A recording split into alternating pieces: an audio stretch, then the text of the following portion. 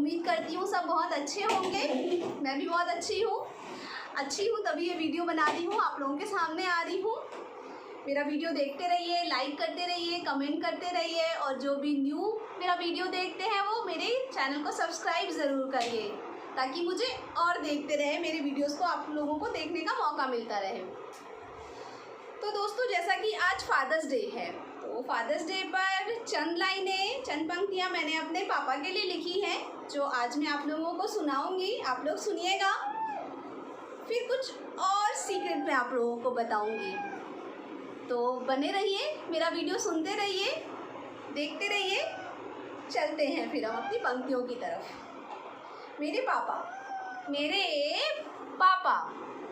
मेरा आदर्श है, मेरा आदर्श है, मेरा संघर्ष है, मेरा आदर्श है, मेरा संघर्ष है, मेरी हर खुशी है, मेरी हर खुशी है, मेरी ज़िंदगी है, मेरी हर खुशी है, मेरी ज़िंदगी है, मेरी तमन्ना है, मेरी तमन्ना है, मेरी आरज़ू है, मेरी तमन्ना है, मेरी आरज़ू है, मेरी इल्तिज़ा है, मेरी इल्तिज़ा है, मेरा खुदा है, मेरी इल्तिज़ा है, मेरा खुदा है।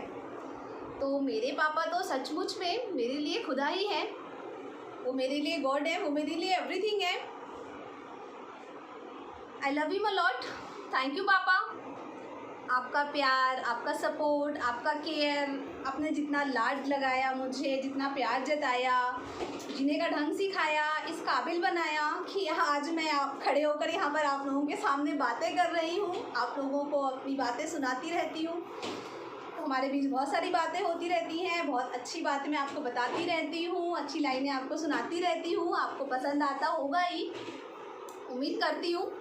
और आगे भी ऐसा होता रहेगा, मैं अच्छी चीज़ें आप लोगों के सामने लेकर आती रहूँगी।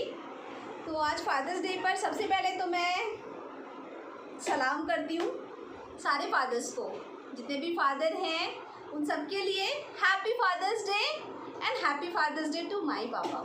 आई love you I love you a lot. Thank you papa, I love you so much. तो दोस्तों, जैसा कि मैंने आपको कहा था कि कुछ सीक्रेट बताऊँगी मैं आप लोगों को, तो वो बताती हूँ, सुनिएगा। उससे पहले, सबके पापा होते हैं, सब बहुत प्यार करते हैं अपने बच्चों को, सारे पापा बहुत प्यार करते हैं। मेरे पापा भी हैं, वो भी मुझसे बहुत प्यार करते हैं। मेरी नन्ही नन्ही उंगलियों को पकड़कर जब उन्होंने मुझे चलना सिखाया था, कंधे पर बैठकर मेले में घुमाया था, सैर सपाटा कराया था, पार्क लेके जाते थे, है ना। तो सबके साथ होता है, मेरे पापा भी करते थे।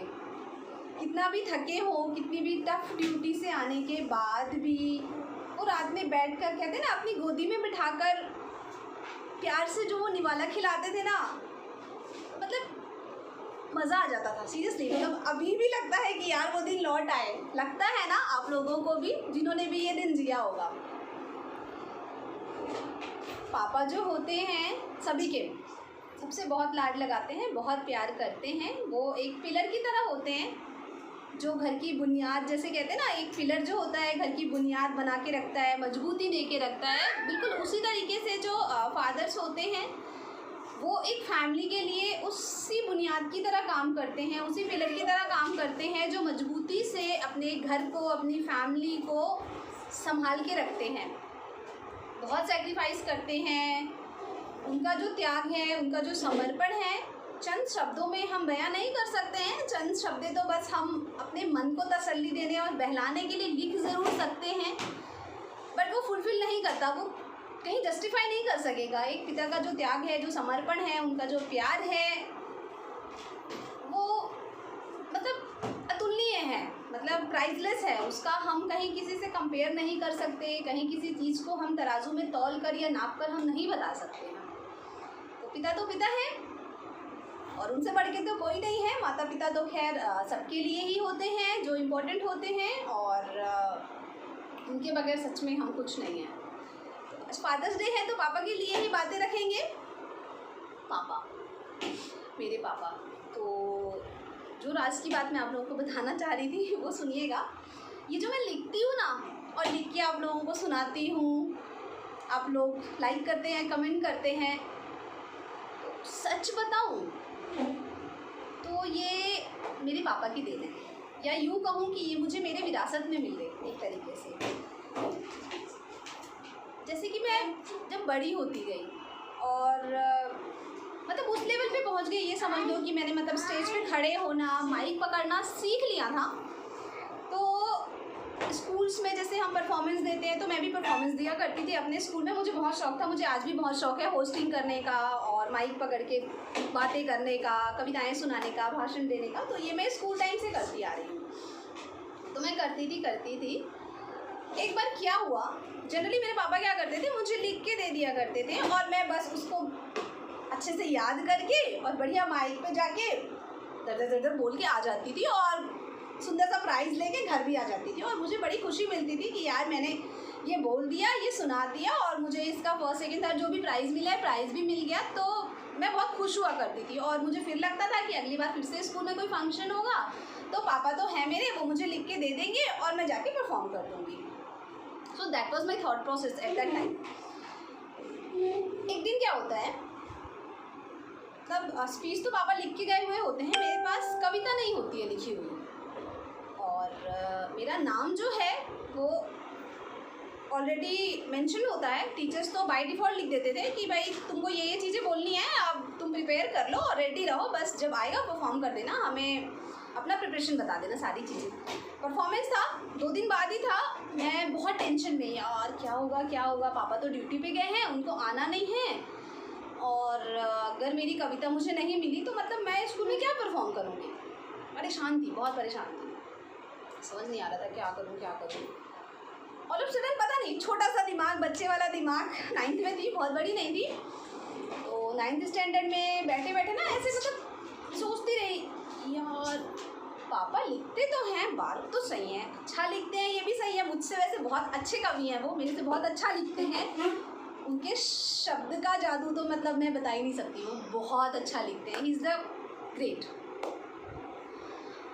फिर मैं बैठी रही, ऐसे बैठे सोचती रही क्या करूं, पता नहीं पापा कब आएंगे, उनको उनकी ड्यूटी से कब फुर्सत मिलेगी, वो कब आएंगे, वो कब मुझे कविता रेडी करके देंगे और वो कब मैं स्कूल में सबमिट करूंगी, कब मैं प्रिपेयर करूंगी, फिर कब मैं सुनाऊंगी।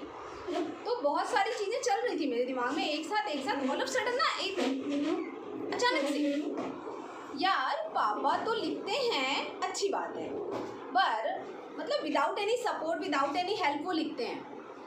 आई मीन कि ना वो किसी मैगजीन का सहारा लेते, ना टीवी में कुछ ऐसा देख के लिखते, ना ही उनके पास कोई बुक है जहाँ से वो कॉपी करते हैं।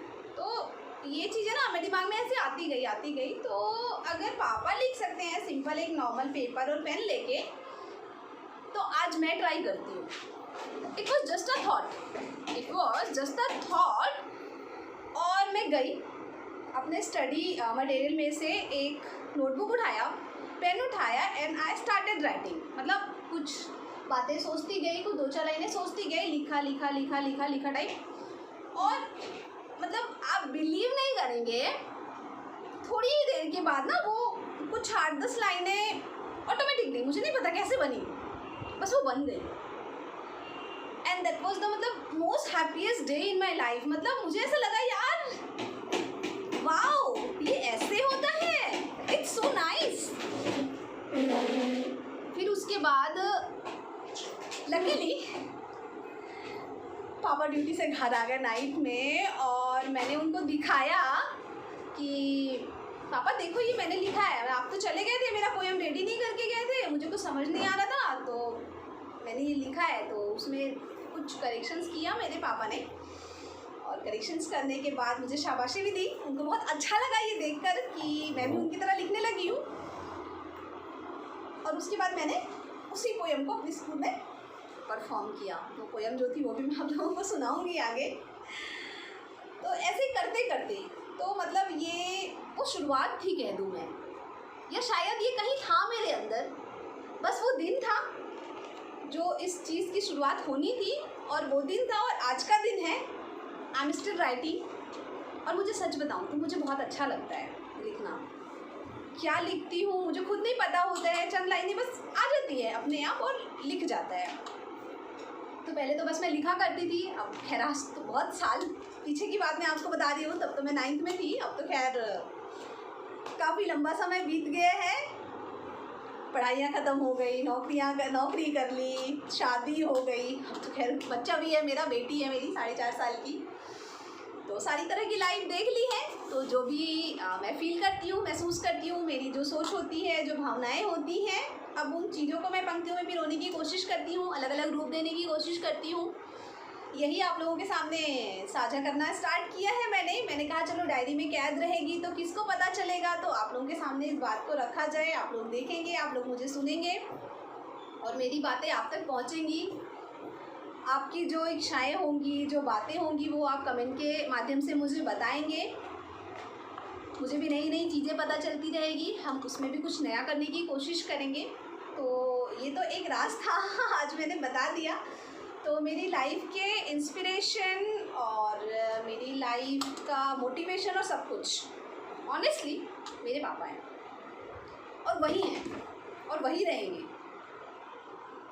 उनसे जो मुझे मिला है ना, वो लाइफ में शायद कभी किसी से नहीं मिल सकता। वो सबके साथ है। एवरी फादर, मतलब हम आते हैं एवरी फादर नॉर्मली क्या होता है, जब कोई एक बेटी आती है लाइफ में, तो फादर जब अपनी बेटी को ऐसे लेता है ना, सम मोमेंट, तो वो लेता तो है ऐसे अपनी बेटी को अपनी गोद में बहुत खुशी से, तो अंदर तो कहते हैं ना एक जिगर का टुकड़ा उसके हाथ में है, वो इतने खुश होते हैं। बट पता है उनके अंदर क्या चल रहा होता है उसी टाइम, ये मेरी बेटी है ना, चली जाएगी एक दिन मुझे छोड़ के, मुझे मतलब समहाउ इसको विदा करना ही है एक दिन। वो एक तकलीफ भी उनके अंदर, उनके जहन में ना जन्म ले लेती है उस दिन। वो प्यार भी रहता है, वो खुशी भी रहती है, पर उनके अंदर वो चल भी रहा होता है कि ये बेटी कुछ सालों बाद मुझे छोड़ के वो अपने घर चली जाएगी। क्योंकि जैसे हमारे समाज का नियम बना हुआ ना कि बेटियां तो पराई होती हैं, उनको एक ना एक दिन तो जाना ही है, वो चली जाएंगी। तो कहते हैं ना इस दर्द को, विदाई वाले दिन ही वो दर्द एक फादर को होता है, ऐसा बिल्कुल नहीं है। कहते हैं ना बेटी को जब वो पहली बार अपनी गोद में लेता है ना, ये उस दिन से वो धीरे धीरे धीरे धीरे करके वो दर्द चल रहा होता है। वो खुशी भी होती है कि जितने दिन वो उसके साथ है उतने दिन वो उसको बहुत प्यार से रखते हैं। नॉर्मली क्या है, हम ये कहते हैं ना कि नेचुरल है कि फादर जो होते हैं अपनी बेटियों को बहुत ज़्यादा प्यार करते हैं। तो ऐसा नहीं है, फादर अपने सारे बच्चों को बहुत प्यार करते हैं, चाहे वो बेटा हो या बेटी हो। हाँ, बेटी के लिए लाड बहुत ज़्यादा होता है क्योंकि उनको ये कहीं ना कहीं रहता है कि यार बेटी तो चली जाएगी एक दिन, तो ये जितने दिन मेरे घर पे है ना, उनको ढेर सारा प्यार, खूब सारा प्यार, मतलब जितना मुझसे हो सकता है ना वो मैं दे दूँ। ये हर पिता की ना ख्वाहिश होती है और वो कोशिश करते हैं अपने लेवल पे कि वो अपनी बेटी को सब कुछ दे सके जो उनकी बेटी चाहती है या जो उनके बस में है, जो वो उसके लिए कर सकते हैं, तो इसलिए वो करते हैं। हाँ, थोड़ा सा फादर जो होता है वो बेटों पे इतना लाड नहीं लगाते हैं। इसके पीछे भी ना, मतलब आप लॉजिकली सोचेंगे तो वो उनको उतना मजबूत, उतना स्ट्रॉन्ग बना रहे होते हैं क्योंकि उनके बेटे को एक दिन जाके एक पिता बनना है, घर की बागडोर संभालनी है उसी मजबूती से, उसी स्टैमिना से। तो थोड़ा सा कड़क बेटे के लिए फादर हो जाते हैं। तो बेटे प्लीज़ ये ना सोचें कि फादर जो होते हैं वो बेटियों को ज़्यादा प्यार करते हैं, बेटों को कम करते हैं, ऐसा नहीं है। हर पेरेंट्स अपने सारे बच्चों को इक्वल प्यार करते हैं किसी भी सिचुएशन पे, चाहे कैसे भी हो। बस यही है कि दिखाने का, जताने का तरीका अलग है क्योंकि उसके कुछ लॉजिकल फैक्ट्स अलग हैं, इस वजह से ही है। बाकी फादर सबसे बहुत प्यार करते हैं, बेटों को मजबूती के साथ बड़ा करना है, खड़ा करना है ताकि वो चीज़ों को संभल सके और वो भी उसकी तरह एक बेस्ट फादर बन सके। बस ये बनाने की कोशिश होती है। इसमें थोड़ी सी कहते हैं ना कि स्ट्रिक्टनेस जो होती है वो बेटों के लिए होती है, बेटियों के लिए कहीं थोड़ी कम होती है। हाँ, थोड़े रिस्ट्रिक्शंस होते हैं बेटियों के लिए भी, ऐसा नहीं है कि नहीं होते हैं, होते हैं वो, ताकि बेटियों के लिए बेटियां संभल सके, चीज़ों को सीख सके। वो नए घर में, दूसरे घर में जाएंगी तो उसको किसी तरीके की तकलीफ़ ना हो और वो चीज़ों को बहुत अच्छे से मैनेज कर सके, इन सब चीज़ों के लिए होता है। बस इतनी सी बातें थी, बहुत ज़्यादा आप लोगों का समय नहीं लूँगी मैं, तो मुझे इसी तरीके से सुनते रहिए। नई नई बातें हम आप लोगों के सामने करते रहेंगे। और जाने से पहले फिर से happy fathers day to every fathers. Thank you so much. आप लोगों को ये वीडियो अच्छा लगा हो, कोई ऐसी बातें हो जो आप लोग मुझे इसके बारे में लिखना चाहते हो तो प्लीज़ कमेंट में लिखिएगा, मुझे बहुत अच्छा लगेगा। और हम मिलते रहेंगे नई नई बातों के साथ, नई नई पंक्तियों के साथ जो मैं आप लोगों के सामने रखती रहूँगी। और बहुत जल्दी आप लोगों को मैं कुछ कहानियाँ बताना स्टार्ट करूँगी। थोड़ा उसमें लंबा टाइम लगेगा, तो बस मुझे सुनने का रखिए, मुझे सुनते रहिए, लाइक करते रहिए, कमेंट करते रहिए, ताकि मैं आप लोगों के सामने इसी तरीके से आती रहूँ, हंसती रहूँ, मुस्कुराती रहूँ और अपनी बातें बताती रहूँ। Thank you so much.